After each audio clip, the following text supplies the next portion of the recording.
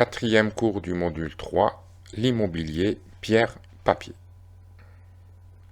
Les trois types d'investissement,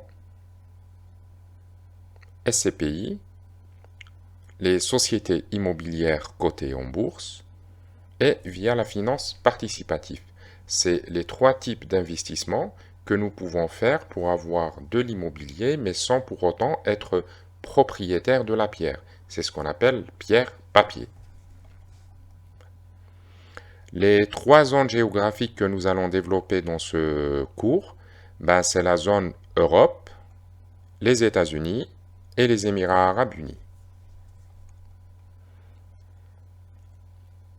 Alors, la matrice de diversification, vous allez toujours retrouver le principe de diversifier votre portefeuille, même quand on est dans l'immobilier papier.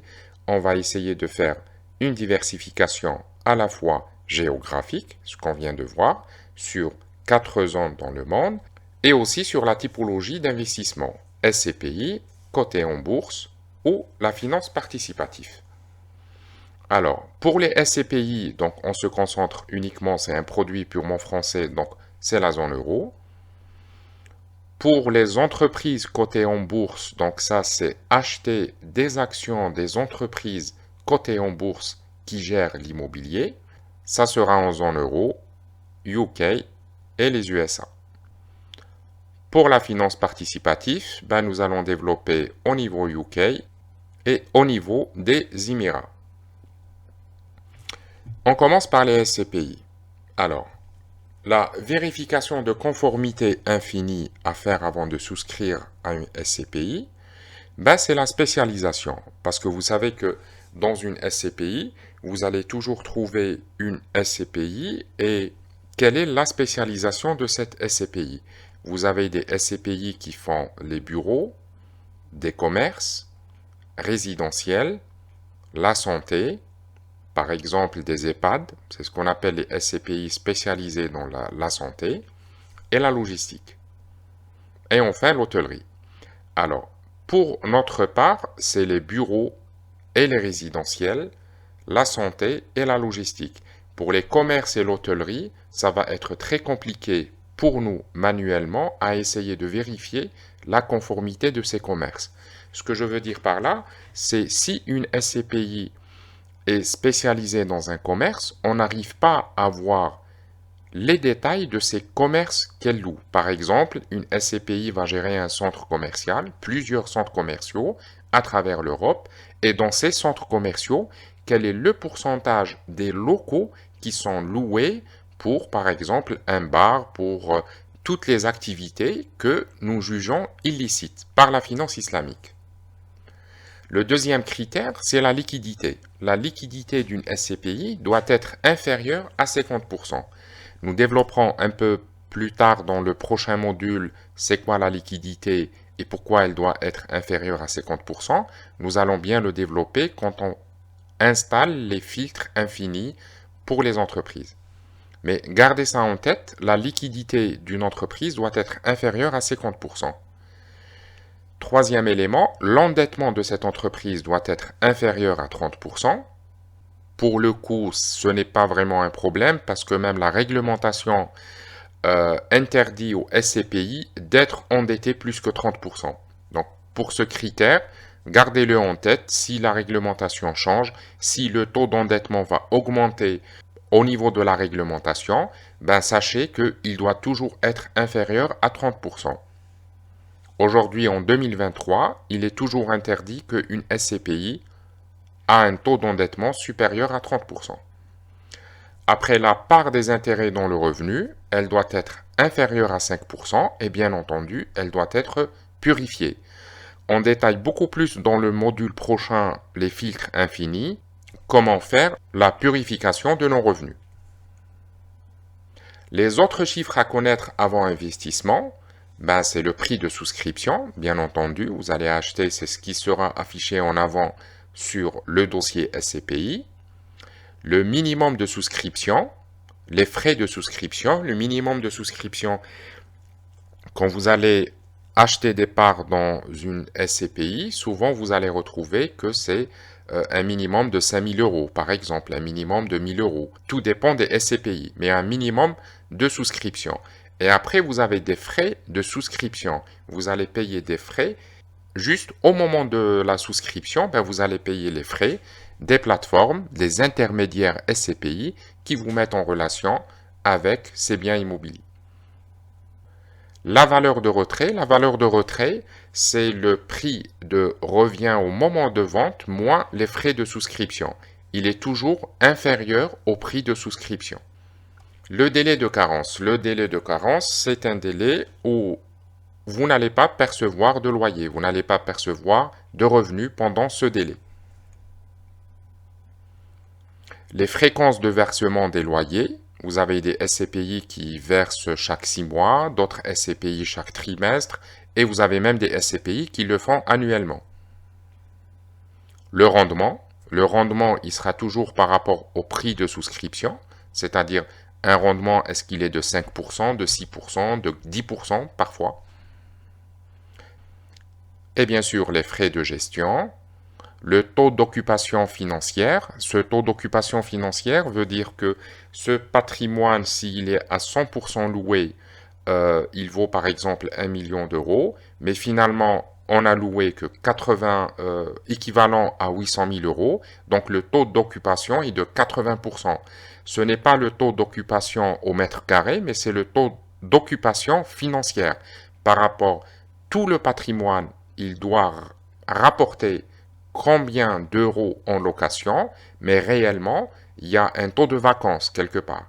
Un taux où quelques mètres carrés ne sont pas loués, mais ce qui est représentatif, c'est le taux d'occupation financière. Mais combien d'argent ne rentre pas par rapport à la prévision totale?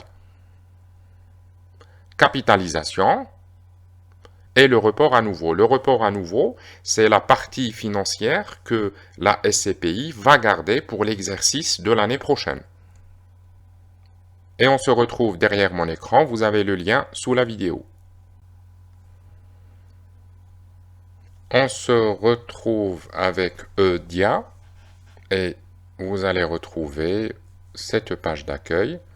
Et là, par exemple, vous pouvez simuler un projet en SCPI, vous pouvez répondre à un questionnaire, est-ce que vous êtes débutant ou est-ce que vous êtes un expert, vous pouvez comprendre quelques SCPI avec quelques vidéos en ligne.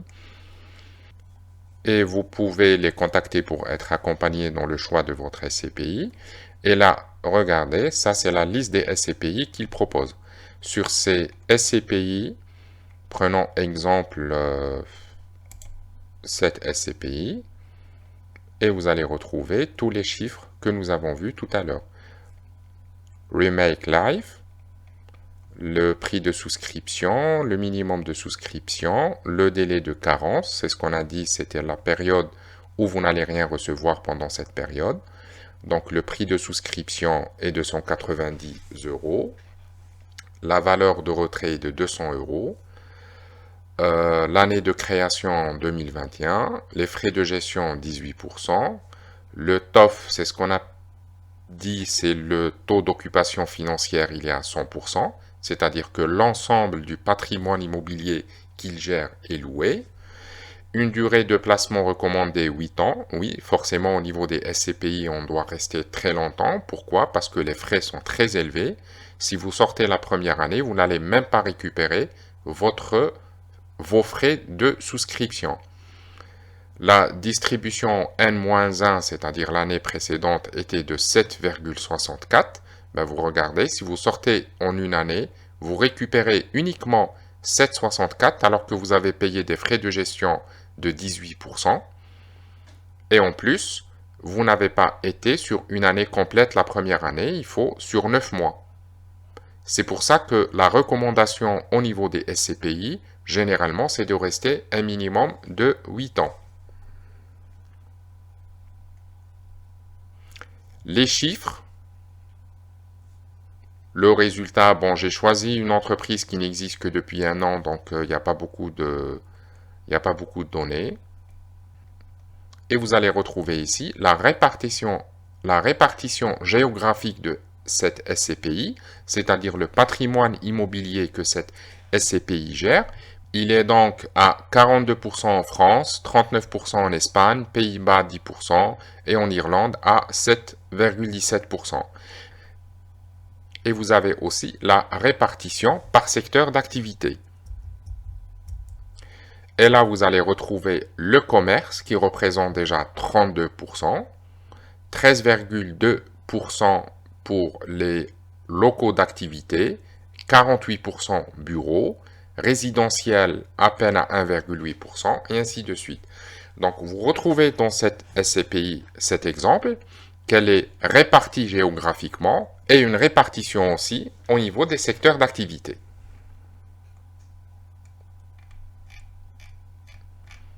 On fait un zoom sur un autre exemple, j'espère qu'il existe depuis un peu plus longtemps. C'est très simple. On va voir ici un résumé, le taux de distribution. Vous pouvez choisir les SCPI qui distribuent le plus vers ceux qui distribuent le moins. Vous pouvez faire votre choix par rapport à la notation des experts, comment ils notent cette SCPI.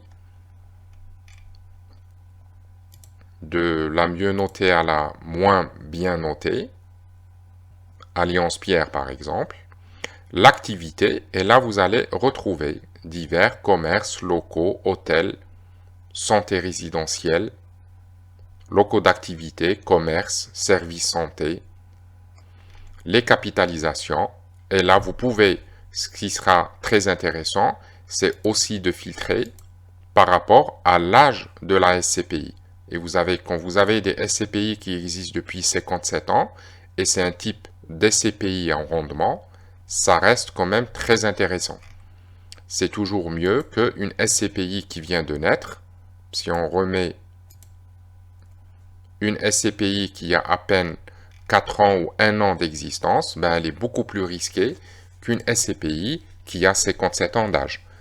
On reprend par exemple celle qui est avec 57 ans d'âge et vous allez revoir le même principe, le montant de souscription, le minimum de souscription est de 5 444, c'est quand même assez onéreux.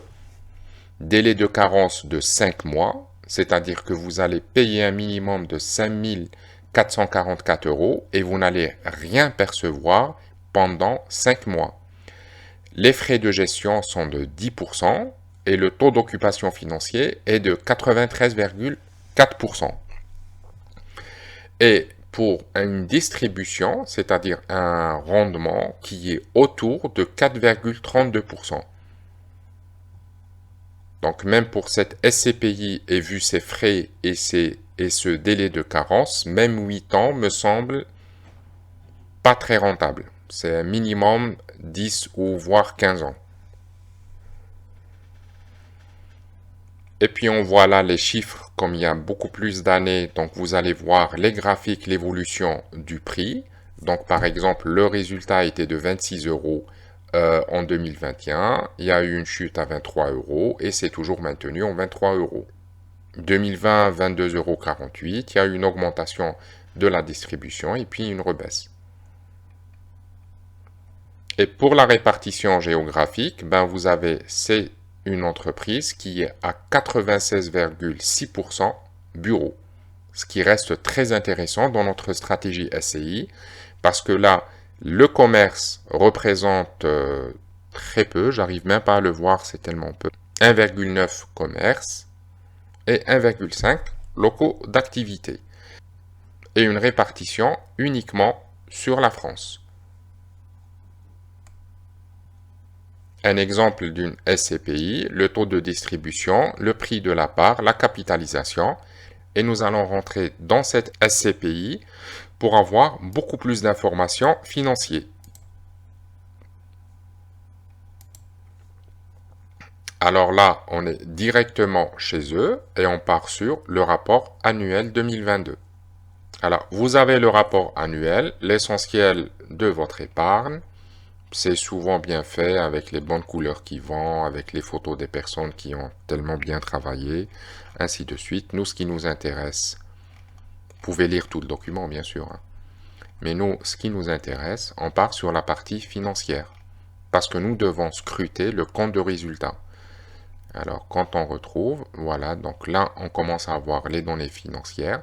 Ça, c'est la partie, les chiffres clés, l'évolution de capital, l'évolution de la part. Et vous devez avoir les comptes annuels, voilà. L'état des comptes, l'état du patrimoine. Là, vous allez retrouver les dettes financières, vous allez retrouver les dettes d'exploitation, et c'est tout un document qu'il faut passer au peigne fin pour retrouver le compte de résultat. Et sur le compte de résultat, vous allez retrouver toutes les dettes, vous allez retrouver tous les intérêts, vous allez retrouver toute une étude qui va faire sur l'exercice 2021, l'exercice 2022. Je vous explique un peu plus tard pourquoi c'est très complexe de le faire, mais on a toujours une solution. Au campus francophone des investisseurs en finance islamique, on essaie de trouver les solutions qui vont vous éviter à devenir expert comptable. Ce n'est pas une formation pour lire les bilans comptables et les comptes de résultats. Et vous allez voir, il y a bien entendu une solution qui est beaucoup plus simple que ça, qui est une partie d'une délégation totale. Alors, on vient de voir que ça peut être compliqué de faire tout ce tri tout seul, même si nous avons des plateformes qui sont bien faites, qui sont ergonomiques, qui sont intuitives, mais ça reste quand même assez complexe. Laissez-moi vous présenter 570 Easy et leurs produits SCPI. Vous souhaitez épargner pour vous constituer un apport pour financer l'achat de votre maison, préparer les projets d'avenir de vos enfants ou bien percevoir des revenus complémentaires pour vous assurer une retraite sereine. Plusieurs projets d'épargne vous sont aujourd'hui proposés par votre banque. Livret A, PEL ou encore assurance vie, mais malheureusement, aucun ne répond à votre éthique car ces projets d'épargne versent des intérêts. Par défaut, votre argent dort peut-être sur votre compte courant, mais ce n'est pas une solution viable à long terme. Bonne nouvelle, 570 Easy vous propose la première solution d'épargne immobilière conforme à l'éthique musulmane. À travers cette solution, votre argent comme celui de milliers d'épargnants est collecté puis investi dans des biens immobiliers, de bureaux et de commerce. Ces immeubles sont mis en location et génèrent des loyers qui vous sont reversés.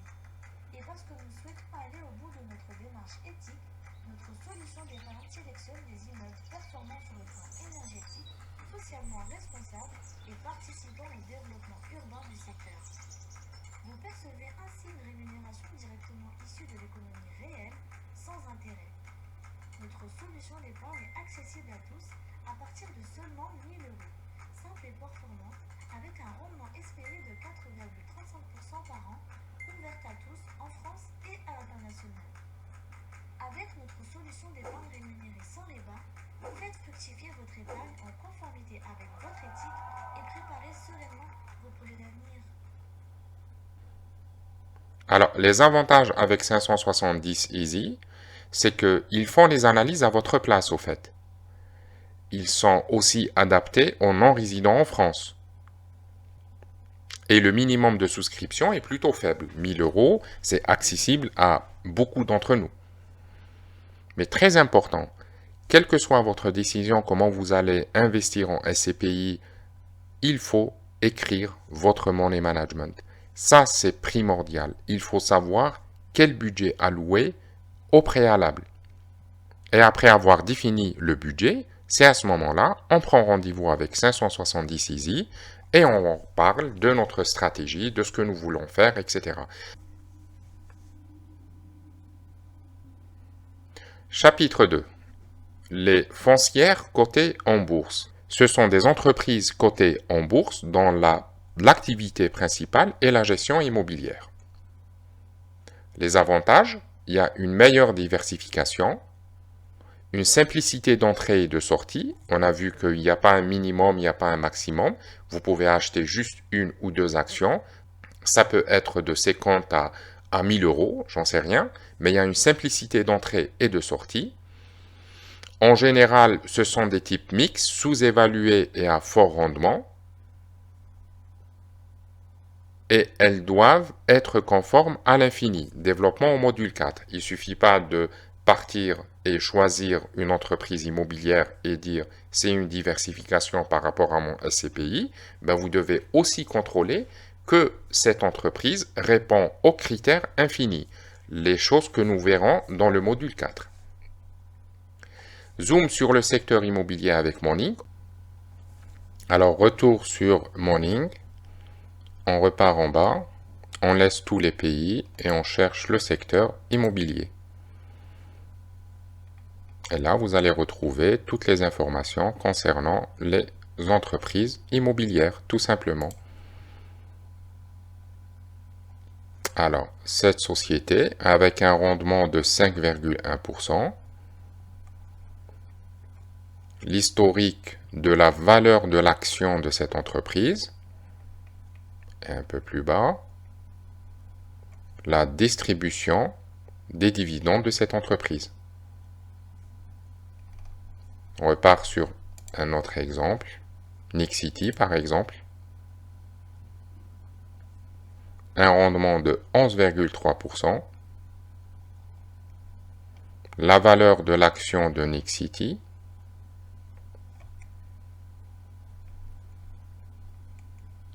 Et la valeur de la distribution des dividendes de Nexity, qui commence à remonter à partir de 2022, 2023, 2,50 € par action.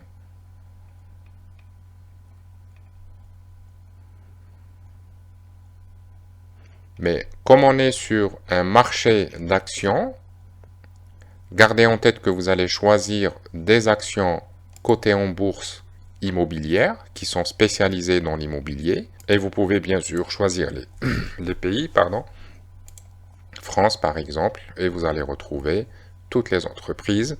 C'est des entreprises qui gèrent l'immobilier qui sont cotées à la Bourse de France. Aussi simplement que ça. Et vous avez bien sûr, vous commencez à prendre habitude avec Morning, le prix de revient d'une action chez Nexity, en fait il fait une traduction en anglais là, je ne sais pas pourquoi, le rendement, les dividendes depuis 18 ans versés, le ratio de distribution et la variation de prix sur un an. Mais gardez en tête que le choix de ces entreprises va se faire au même titre que n'importe quelle entreprise qui est cotée en bourse, et on voit ça dans le module 4 où on va faire les filtres infinis pour filtrer est-ce qu'une entreprise est conforme ou pas à la finance islamique. Chapitre 3, l'immobilier avec la finance participative. Principe de base, donc quand on entend en anglais crowdfunding, Ground, c'est la foule, le rassemblement de personnes, et funding, c'est le financement. Et puis, crowdfunding, c'est comme si c'est le financement par la foule. C'est un mode de financement ou d'investissement alternatif reposant sur une collecte de fonds auprès d'un large public grâce à Internet. Les sommes versées par chaque internaute sont généralement faibles, quelques euros ou centaines d'euros.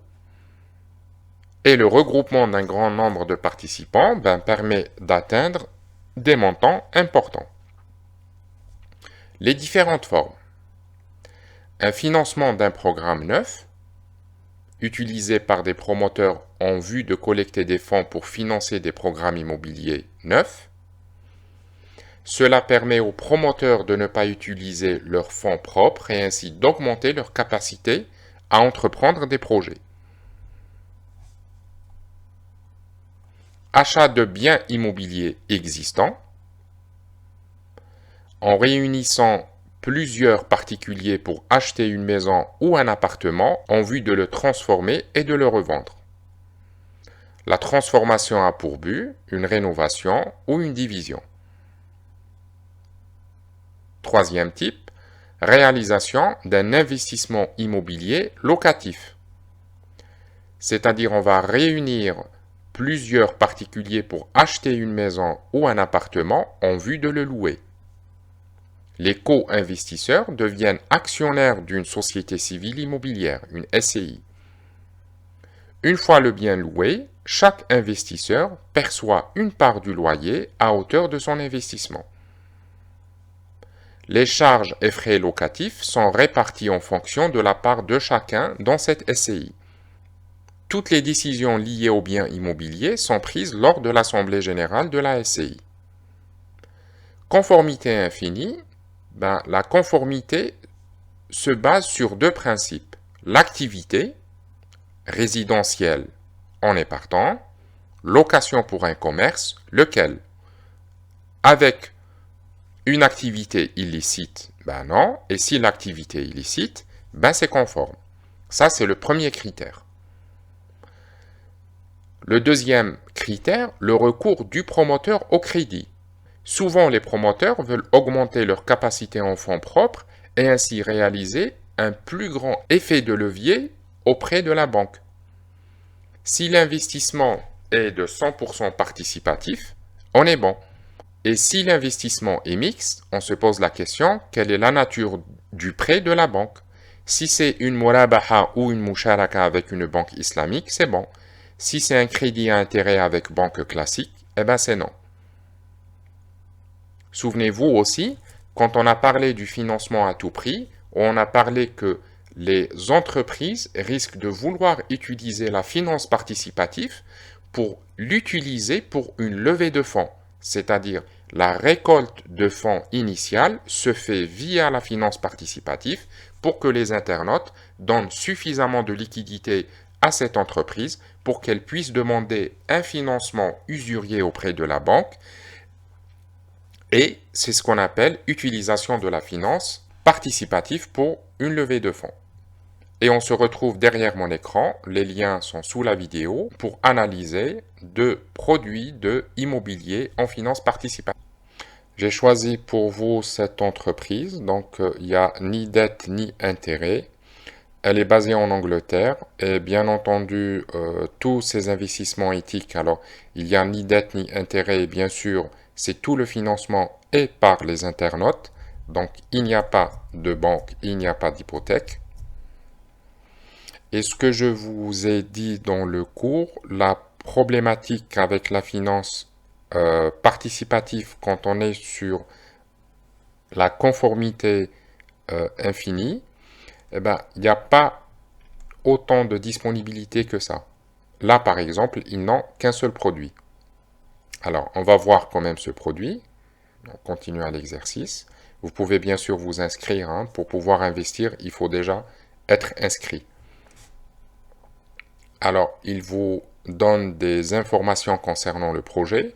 Donc, l'opportunité d'investissement est de 261 999 pounds.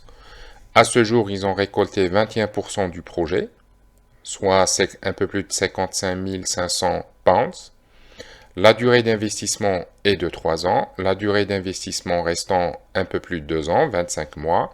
Le loyer annuel net projeté est de 4%. Et vous pouvez, ce qui est bien fait dans leur site, c'est que vous pouvez déjà simuler votre investissement. Si vous êtes sur un investissement en 2000 pounds, vous calculez et vous saurez que si vous mettez 2000 pounds, vous recevrez annuellement 80 pounds ou 6,67 mensuellement. Alors, ils peuvent bien décrire le produit. Vous avez même des photos, comme si vous allez louer sur Airbnb, où vous avez les photos, vous avez tout un descriptif, le détail du produit, l'emplacement avec une position exacte en Angleterre. On peut toujours dézoomer pour savoir, pour ceux qui connaissent un peu, minimum savoir. C'est dans la, ouais, c'est franchement collé à la première couronne c'est à l'intérieur de la grande couronne de Londres, quoi. C'est vraiment bien positionné et vous pouvez avoir autant d'informations que ça. Alors, deuxième exemple que je vous donne, c'est Smart Crowd. C'est une entreprise qui est basée à Dubaï et il propose des investissements uniquement à Dubaï et des investissements en copropriété, c'est-à-dire en finance participative. Ils expliquent tout ça dans leur site, je vous laisse le lien. Aujourd'hui, ils disent que c'est 100% investissement participatif, vous devez à chaque fois contrôler qu'il n'y a pas de banque parce que eux ils l'écrivent pas sur leur site. J'ai cherché partout, j'ai envoyé déjà 2 mails, ils ne m'ont jamais répondu. Et on peut aller voir les investissements qui sont en cours. Alors, vous avez qu'il faut être premièrement connecté pour avoir la totalité. Pour être connecté, il faut s'inscrire. Et pour s'inscrire, il faut répondre à un formulaire. Il faut envoyer des documents.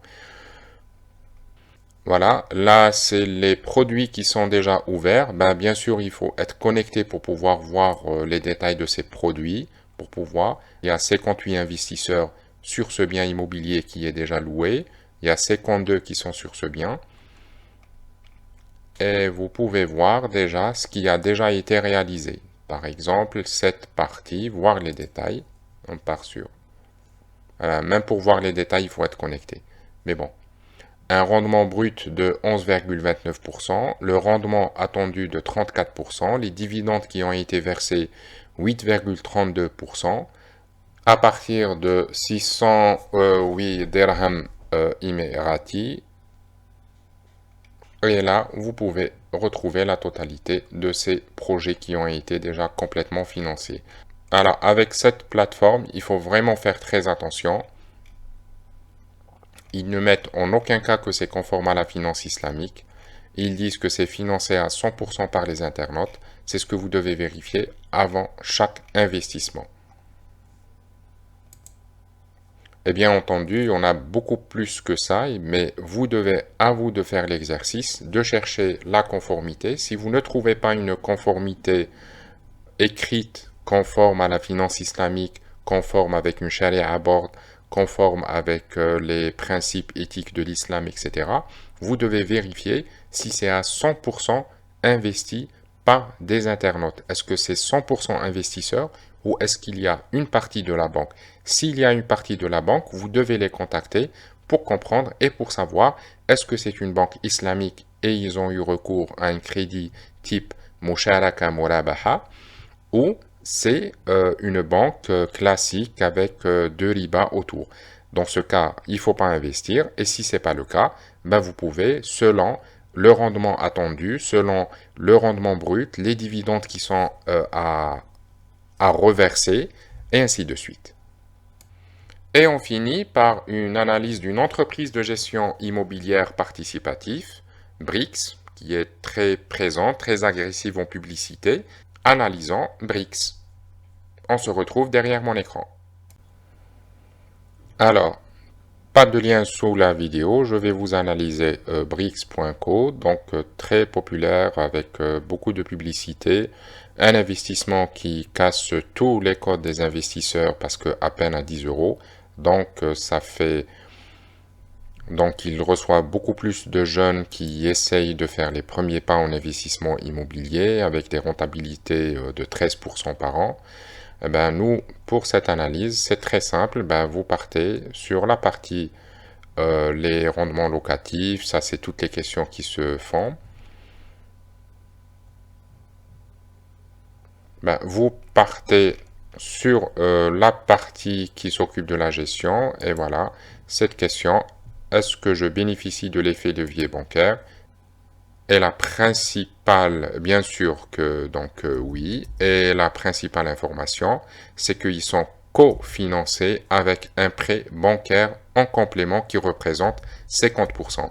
Donc chez BRICS.co, c'est 50% investi par la banque, usurier, et 50% les internautes. Donc pour nous, investir chez BRICS.co n'est pas conforme à l'infini, pas conforme à notre stratégie qui se veut toujours éthique et conforme à la finance islamique. Donc BRICS.co, on ne peut pas partir plus loin avec eux. Et on se retrouve pour le prochain cours.